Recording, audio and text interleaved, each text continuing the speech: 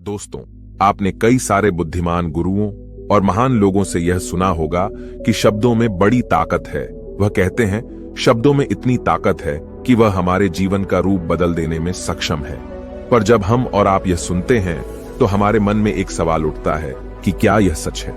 क्या सिर्फ बातों से हम अपने और दूसरों की जीवन में परिवर्तन ला सकते हैं? जबकि हकीकत में तो कहा जाता है कि सिर्फ बातों से कुछ भी नहीं होता, भगवान भी उसी की मदद करते हैं जो लोग कुछ कर दिखाने में यकीन रखते हैं। तो सिर्फ शब्दों से बदलाव कैसे आएगा? तो अब इस हालत में हम किसकी सुने? हम क्या करें? क्या हम बातों और शब्दों पर ध्यान देना छोड़ दें और सिर्फ कर्मों पर ध्यान दें? या कहीं ना कहीं बातें और शब्दों का भी कुछ महत्व है? अगर आप भी अपने जीवन में कभी ना कभी इस द्विविधा में फंसे हैं तो आज की यह वीडियो आपके लिए बनी है। आज हम जानेंगे कि शब्दों का हमारे जीवन में कितना बड़ा किरदार है और क्या वो सच में हमारे जीवन का रंग रूप बदल सकते हैं या नहीं। तो चलिए शब्दों की दुनिया में साहसी यात्रा पर निकलें और जानें कैसे शब्दों का जादू हमें अपनी ओर खींचता है और हमें बांधता है, और कैसे केवल शब्दों से हमारा पूरा जीवन एक नया रूप ले सकता है। क्योंकि हमारी बातें एक इंसान को बना भी सकती हैं और बिगाड़ भी सकती हैं। दोस्तों, लेकिन कहानी शुरू करने से पहले मेरी एक छोटी सी रिक्वेस्ट है आपसे, कृपया इस वीडियो को लाइक कर दे। आपका ये लाइक हमें प्रोत्साहन देता है। तो चलिए आज हम यही बातें एक कहानी के माध्यम से समझते हैं। दोस्तों, एक नगर में एक महान बौद्ध भिक्षु रहा करते थे। वह बहुत ज्ञानी थे और बहुत ही शांत स्वभाव के थे, और उनकी यह बात ही उनकी विशेषता भी थी। एक बार की बात है, बौद्ध भिक्षु नगर वासियों को उपदेश दे रहे थे। बौद्ध भिक्षु कह रहे थे कि शब्दों में जीवन बदलने की शक्ति होती है। अपने शब्दों से जीवन बदलो। हम जो भी शब्द अपने लिए या दूसरों के लिए कहते हैं या जो भी बातें करते हैं उस पे हमें ध्यान देना चाहिए। इतना कहकर बौद्ध भिक्षु ने अपना उपदेश समाप्त किया और वहां से चले गए। एक दिन वह बौद्ध भिक्षु एक मार्ग से होकर गुजर रहे थे। उसी मार्ग से एक युवक होकर गुजर रहा था। उस युवक ने जब उन बौद्ध भिक्षु को देखा तो वह जोर जोर से हंसने लगा और कहने लगा, अरे साधु महाराज, आप तो ढोंगी है। आपके उपदेशों में यह कहने से कि शब्दों में बड़ी ताकत है, आपकी बात सत्य नहीं हो जाएगी। ये सब सिर्फ बातें हैं। भला ऐसे कैसे हो सकता है कि शब्दों से हमारा जीवन बदल सकता है? उस युवक की सारी बातें उन भिक्षुओं ने ध्यानपूर्वक सुनी और उसके बाद वह मुस्कुराते हुए उस युवक से कहते हैं, बेटा, नाथ से ही तो यह दुनिया प्रकट हुई है, और अच्छे शब्दों के पीछे भी नाथ ही होता है जो पूरा जीवन बदल देता है। वह बौद्ध भिक्षु उस युवक से कहते हैं, देखो, मैं तुम्हें अपने अनुभव से बता रहा हूं, लेकिन फिर भी तुम्हें यकीन न हो तो तुम इसे खुद आजमा कर देख सकते हो। उन बौद्ध भिक्षु की यह बात सुनकर युवक थोड़ा सा गंभीर हो गया। उसने काफी देर सोच विचार किया और उसके बाद उन बौद्ध भिक्षु से कहता है, हे गुरुवर, अगर ऐसी बात है तो आप मेरे साथ चलिए। मेरा छोटा भाई है जिसकी उम्र करीब 25 वर्ष है और उसे न जाने क्या हुआ है। वह करीब 3 वर्षों से कुछ भी नहीं करता, बस लेटा रहता है। दिन भर वो कुछ न कुछ सोचता रहता है। उसकी यह हालत देखकर हम सब बहुत परेशान हैं। माता पिता भी बहुत चिंतित रहते हैं।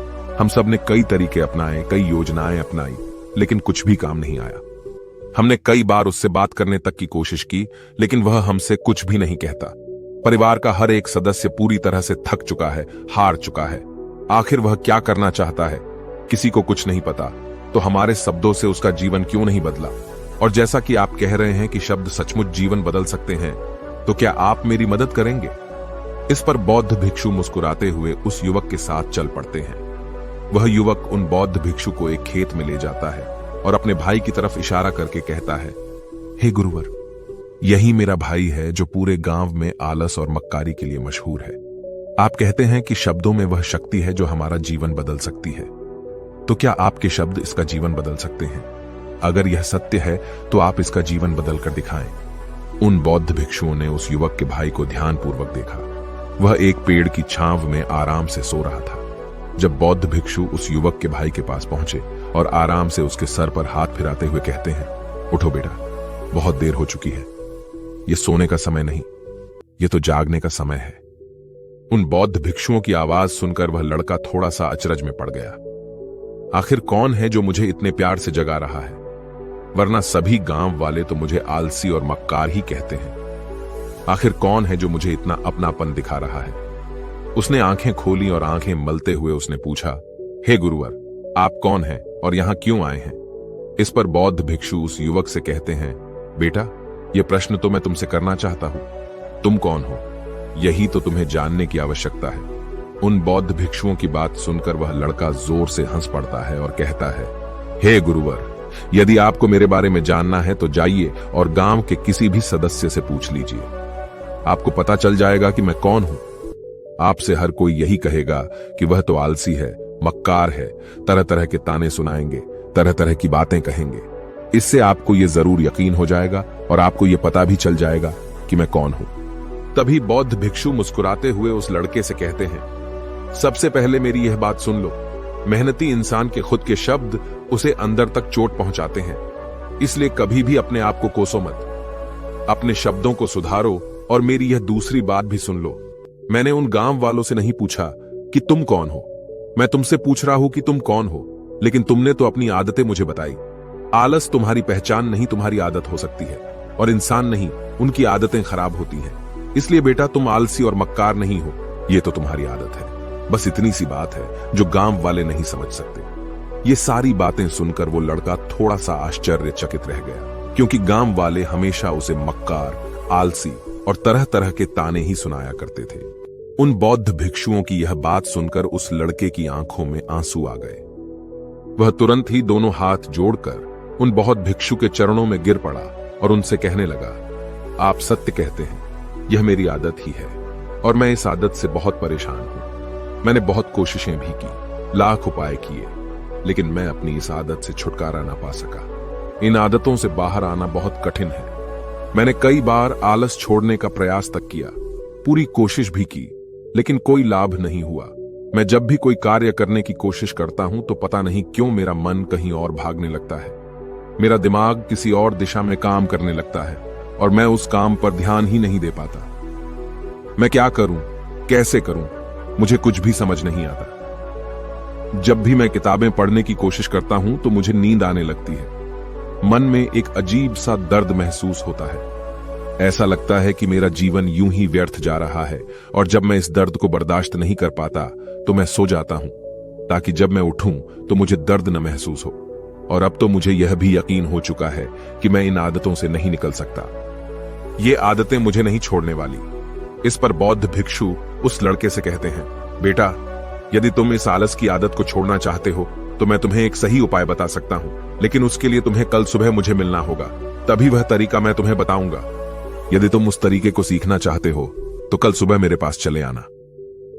इतना कहकर बौद्ध भिक्षु वहां से चले गए, लेकिन उन बौद्ध भिक्षु की सारी बातें उस लड़के के कानों में गूंज रही थीं। वह यह समझ नहीं पा रहा था कि आखिर वह बौद्ध भिक्षु उसे कौन सा मार्ग दिखाने वाले हैं। वह ऐसा कौन सा उपाय बता देंगे जिससे उसके जीवन से आलस्य हमेशा हमेशा के लिए खत्म हो जाएगा। देखते ही देखते रात हो गई। रात भर वह अपने बिस्तर पर करवट लेता रहा और उन बौद्ध भिक्षु की बातों के बारे में सोचता रहा। इसी प्रकार देखते ही देखते सुबह हो गई और वह लड़का उन बौद्ध भिक्षुओं के पास जा पहुंचा। वह लड़का उन बौद्ध भिक्षु को प्रणाम करता है और कहता है, गुरुवर, जैसा कि आपने कहा था, लीजिए मैं आ गया। अब मुझे वह मार्ग बता दीजिए जिसे मैं अपने जीवन से इस आलस्य को निकाल सकता हूं। तभी बौद्ध भिक्षु उस लड़के से कहते हैं, बेटा, जब भी तुम्हारा मन दुविधा में हो, तुम निर्णय न ले पा रहे हो और तुम्हारे मन में तरह तरह के प्रश्न उठ रहे हो कि मैं क्या करूं, कैसे करूं, इस कार्य को पूर्ण कैसे करूं, यह सब कैसे होगा, तब तुम वास्तविकता में अपने अतीत से सोच रहे हो कि पिछली बार तुम्हारे ऐसा करने पर क्या हुआ, या अतीत में तुमसे लोगों ने क्या कहा था। तो आज से कभी भी अपने अतीत से नहीं, बल्कि भविष्य से सोचो। इस पर लड़का कहता है, भविष्य से, वह भला कैसे?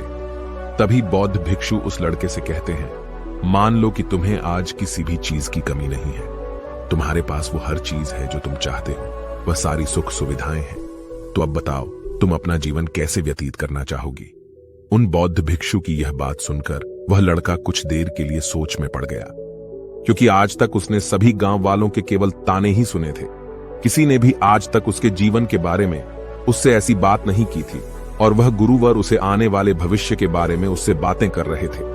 उन बौद्ध भिक्षु की यह बात सुनकर वह लड़का खुद से प्रश्न करने लग गया कि अगर मेरे पास सब कुछ होगा, धन की कोई कमी नहीं होगी और सारी सुख सुविधाएं होंगी, तो मैं अपना जीवन कैसे व्यतीत करूंगा? कुछ देर सोच विचार करने के बाद वह उन बौद्ध भिक्षु से कहता है, गुरुवर, मैं यह दुनिया घूमना चाहूंगा, पहाड़ों पर चढ़ना चाहूंगा, समुद्र की रेत पर चलना चाहूंगा और मैं एक बहुत बड़ा व्यापारी बनना चाहूंगा। तभी अचानक उस लड़के का ध्यान टूट गया और वह उन बौद्ध भिक्षु से कहता है, परंतु हे गुरुवर, यह सब कैसे संभव होगा?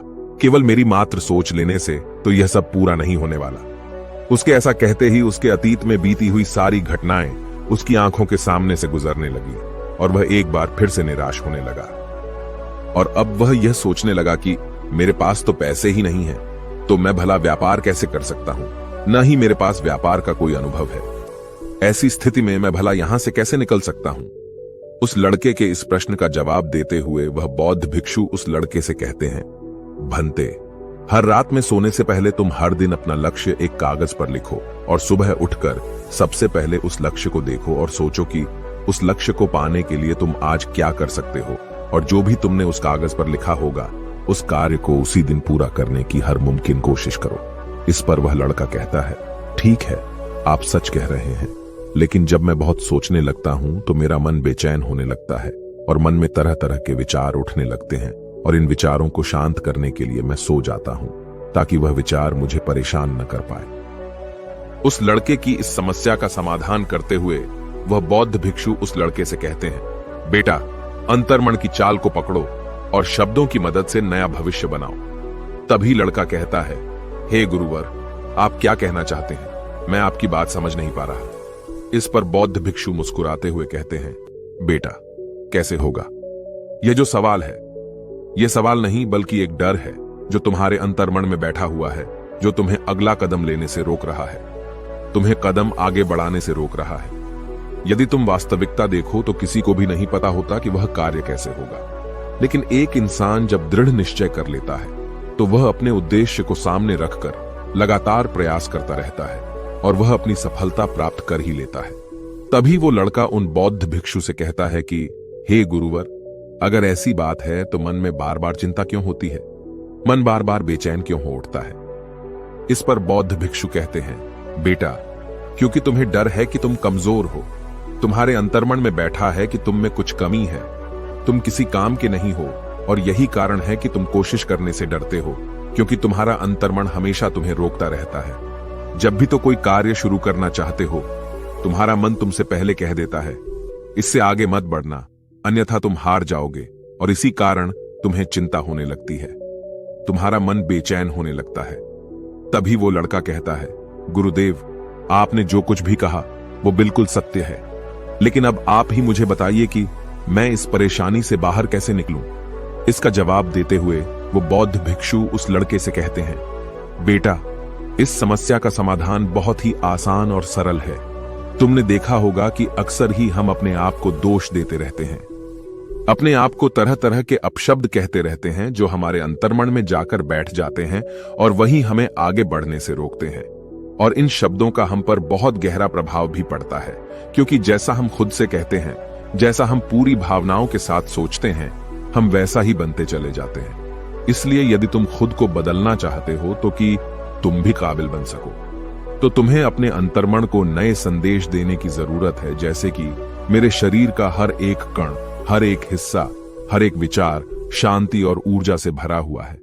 मैं दृढ़ संकल्प और आत्मविश्वास के साथ हर दिन के लक्ष्यों को पूरा करता हूं। मैं अपने कमजोरी को अभ्यास में बदलता हूं, चिंता को ध्यान में बदलता हूं। मैं उत्साह और ऊर्जा से भरा हुआ हूं, लगातार अपने लक्ष्यों पर काम करता हूं। ऐसे शब्द जब तुम खुद से कहोगे तो तुम शक्तिशाली महसूस करने लगोगे और तुम्हारी सारी चिंताएं खत्म होने लगेंगी, क्योंकि यही शब्दों की ताकत है। वह तुम वही बना देंगे जो तुम खुद से कहोगे। तुम जितनी भावना के साथ यह वाक्य बोलते हो, उसे महसूस करते हो, उतनी ही भावनाओं से यह शब्द तुम पर असर करना शुरू कर देंगे। धीरे धीरे यह शब्द तुम्हारे मन और व्यक्तित्व की सोच का हिस्सा बन जाएंगे। लेकिन मेरी एक बात याद रखना कि तुम्हारा अंतर्मन इतनी आसानी से हार नहीं मानने वाला। जब तुम आगे बढ़ोगे तो मौका मिलते ही वह तुम्हें पीछे खींचेगा। तुम्हारे अतीत के बीते हुए सारे कड़वे अनुभव तुम्हें याद दिलाएगा, ताकि तुम डर जाओ और एक बार फिर से अपने लक्ष्य का पीछा करना छोड़ दो। लेकिन तुम्हें इसकी चिंता नहीं करनी है। उन सकारात्मक शब्दों के कारण तुम्हारा मन सकारात्मक विचारों को स्वीकार करने लगेगा। आगे वह बौद्ध भिक्षु उस लड़के को चेतावनी देते हुए कहते हैं, मेरी एक बात और याद रखना कि तुम्हारा ध्यान आलस्य पर नहीं होना चाहिए, अर्थात तुम्हें कभी आलस नहीं मिटाना, बल्कि तुम्हें एक नए भविष्य का निर्माण करना है, एक नए व्यक्तित्व का निर्माण करना है। तुम्हारा पूरा ध्यान केवल इस पर ही होना चाहिए। उन बौद्ध भिक्षुओं की बात सुनकर लड़का कहता है, ठीक है गुरुवर, आप जैसा कहते हैं मैं वैसा ही करूंगा। तभी वह बौद्ध भिक्षु उस लड़के से कहते हैं, बेटा, अभी तो मैं इस गांव से जा रहा हूं, लेकिन कुछ सालों के बाद मैं वापस आऊंगा। इतना कहकर बौद्ध भिक्षु वहां से चले गए और वह लड़का अपने घर लौट गया। लेकिन अब उस लड़के के मन में तरह तरह के विचार चल रहे थे। वह लड़का यह सोच रहा था कि अगर मैं अपनी मनपसंद जिंदगी जीने लगूंगा, अगर मैं दुनिया घूमने लगा, नए लोगों से मिलने लगा और अपनी पसंद का काम करने लगा, तो मेरी जिंदगी कैसी होगी। उस बात को ध्यान करके उसने एक कागज पर अपना लक्ष्य लिखा और लिखकर सो गया। अगली सुबह जब उसकी आंखें खुली तो उसने उस पेपर पर लिखा हुआ लक्ष्य एक बार दोहराया। उसके बाद वह कुछ देर के लिए शांत हो गया। तभी उसे उन बौद्ध भिक्षु की बात याद आई कि तुम अपने लक्ष्य के लिए आज क्या कर सकते हो। उसने खुद से सवाल किया कि मैं आज अपने इस लक्ष्य को प्राप्त करने के लिए क्या कर सकता हूं। तभी उसे एक बार फिर से उस पेपर की तरफ ध्यान दिया। उस पेपर पर लिखा था कि मैं बाजार जाता हूं और लोग व्यापार करने की कौन सी चीजें, कौन से सामान लेकर आते हैं। मैं उन चीजों को देखता, उन चीजों को पता करता। वो पढ़ने के बाद तुरंत ही बाजार चला गया। वह अलग अलग दुकानों पर बैठा उन्हें देखा, लेकिन उसे कुछ समझ नहीं आ रहा था, क्योंकि लोग अलग अलग व्यापार कर रहे थे, अलग अलग तरह की चीजें और सामान ले रहे थे और किसी ने उसकी कोई मदद नहीं की। वह बहुत उदास हो गया और निराश होकर वापस घर लौट आया। तभी उस लड़के को उन बौद्ध भिक्षु की एक और बात याद आई। शब्दों में बहुत ताकत है और शब्द हमारा जीवन बदल सकते हैं। उसे वह सकारात्मक विचार याद आए। वह उन्हें सुबह शाम दोहराने लगा और अब से वह हर दिन ऐसा ही करता। देखते ही देखते 1 महीना बीत चुका था, लेकिन अब तक उसके जीवन में कोई बदलाव नहीं आया था। अब वह लड़का यह सोचकर निराश होने लगा था कि उसके जीवन में तो कुछ भी परिवर्तन नहीं हो रहा। लेकिन 1 महीने के बाद उसे महसूस हो रहा था कि वह पहले से अच्छा महसूस कर रहा है। उसका दिमाग अब अच्छी तरह से सोच पा रहा है। वह पहले से ज्यादा चलने फिरने लगा है। धीरे धीरे उसे समझ में आने लगा कि जो लोग आगे बढ़ते हैं, महान काम करते हैं, उनकी सोच में कितना अंतर होता है। वे लोग हमेशा शक्तिशाली विचार सोचते हैं। दूसरों की छोटी सोच और डर से वह कभी प्रभावित नहीं होते। जब भी उनके सामने कोई मुश्किल आन पड़ती है तो वह घबराते नहीं, बल्कि उस समस्या का समाधान निकालते हैं। इस समस्या के समाधान पर ध्यान केंद्रित करते हैं और न ही वह कभी किसी का इंतजार करते हैं। वह केवल खुद पर विश्वास करते हैं और तुरंत ही कदम आगे बढ़ाते। जब उस लड़के को ये सारी बातें समझ में आने लगीं, तो उसने भी धीरे धीरे अपने कदम आगे बढ़ाने शुरू किए। उसने बिल्कुल वैसा ही व्यवहार करना शुरू किया। अब से वो कभी खाली नहीं बैठता था। जब भी उसका मन करता, वो बाजार जाता और लोगों के बारे में जानता समझता कि वो किस प्रकार व्यापार कर रहे, कौन से चीजें खरीद रहे हैं और किन चीजों पर उन्हें लाभ हो रहा है। और जब उसका मन करता तो अपने पिता की मदद भी करता था। वो अपने पिता के साथ मंडी में जाता, वहां पर जाकर मोल भाव करता। ते हमेशा कुछ ना कुछ सीखने में ही जुटा रहता है। तभी एक दिन गांव में एक मसाले का व्यापारी आया। उसे कुछ पढ़े लिखे नौजवानों की जरूरत थी जो माल की गिनती कर सके और हिसाब रखने का काम कर सके। वह लड़का अपने लक्ष्य को जानता था कि उसे क्या पाना है। उसे समझ में आ गया था कि इस काम से उसे बहुत कुछ सीखने को मिलेगा। बेहिचक उस सेठ के पास पहुंच गया। वह जानता था कि उसे उस काम के बहुत कम पैसे मिलेंगे, लेकिन फिर भी वह उस काम को करने के लिए तैयार था। अब उस लड़के की सोच पूरी तरह से बदल चुकी थी। अब वह बाकी लोगों की तरह नहीं सोचता था। बहुत ईमानदार और समझदारी से काम करता था। देखते ही देखते करीब 3 महीने बीत गए और अब व्यापारी यह समझ चुका था कि नौजवान बहुत ही समझदार है और वह उसे व्यापार में बहुत मदद करता है। इसलिए उस मसाले के व्यापारी ने उस लड़के को अपना सहायक बना लिया। उस व्यापारी ने देखा कि इस लड़के की दिनचर्या सबसे अलग है। ये हर दिन पढ़ता है, लिखता है, सुबह उठकर ध्यान करता है, नई चीजें सीखता है। परेशानी आई तो भी विचलित नहीं होता। ये सबसे सम्मान से बात करता है, सबका आदर करता है। देखते ही देखते 1 साल बीत चुके थे और अब तो व्यापारी उस नौजवान से बहुत खुश था। उसने धीरे धीरे उस नौजवान को व्यापार के सारे गुण सिखा दिए और देखते ही देखते वह लड़का अब एक छोटा सा व्यापारी बन चुका था। और जब उस लड़के के अंदर व्यापार की समझ आ गई तो उसने जड़ी बूटियों का व्यापार शुरू कर दिया और देखते ही देखते केवल कुछ ही वर्षों में उस नगर का सबसे बड़ा व्यापारी बन गया। लोग उसे सबसे बड़े व्यापारी के नाम से जानने लगे। उसकी नाम दूर दूर तक फैलने लगा। करीब 5 वर्षों बाद जब वह वापस अपने घर लौटा तो लोग बहुत हैरान थे। उसे देखकर लोग बहुत अचंभित थे। उसके सारे जानने वालों ने उस लड़के से पूछा, तुम इतना कैसे बदल गए?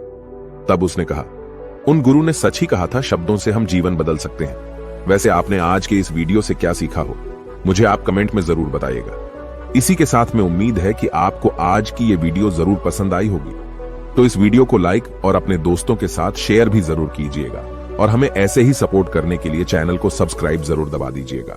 तो चलिए फिर मिलते हैं अगली वीडियो में। तब तक के लिए अपना ख्याल रखें।